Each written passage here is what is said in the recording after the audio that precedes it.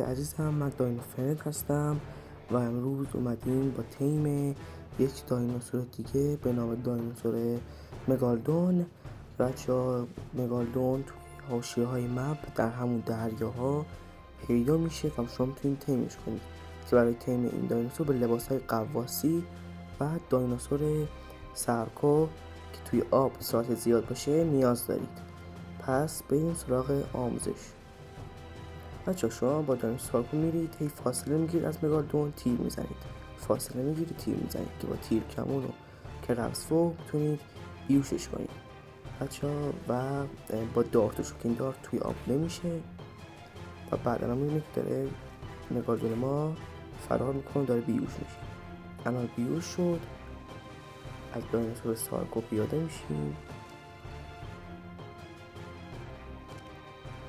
و بریم بهش غذا بدیم.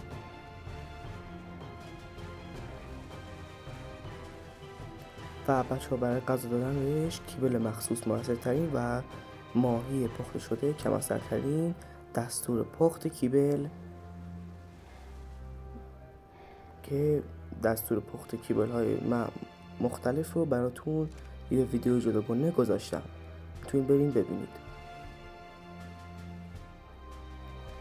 بیوشش معمولی، زیاد نارکوتیک شما نیاز ندارید و نارکوتیک زیادی نمیخواد، بیوشی کاملا معمولی داره و این خبر خوبیه. کلا بچه ها حتما لباس غواصی داشته باشین، چون میخواد بریم توی عمق دریا، باید حتما مدت زیادی اونجا باشید و نمیتونه بیاد رو سطح آب. من ویدیو کات میکنم تا تیم بشه و این هم دایناسورمون که تیم شد. حالا میریم برای صدل که کلا 2 نوع صدل داره، یک صدر معمولی و یک صدری هم که توی لبن صد باز میشه.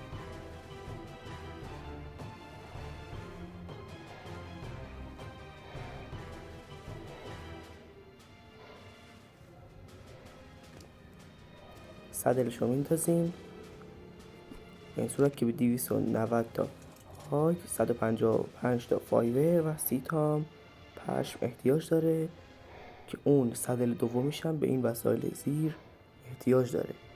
کلا دایناسور خوبیه ولی سرعتش با اینکه خودش تو آبه سرعت خوبی نداره.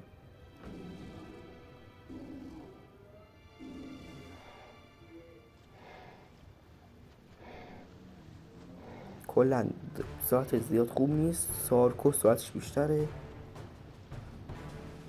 خوشحال میشم که تا اینجا که اومدید ویدیومو ساب کنید، لایک کنید، کامنت تو چیزی هم خواستید بگید میذارم ویدیوشو. اگه چیزی مشکل داشتید بچه ها داریم به آخر ویدیو نزدیک میشیم. لایک، ساب، کامنت فراموش نشه، حمایت رو لازم کنید. اینم از تیم دایناسور مگالدون که تیمش کردیم و کلا خوبه، پیشنهاد میشه برای تیم کردنش.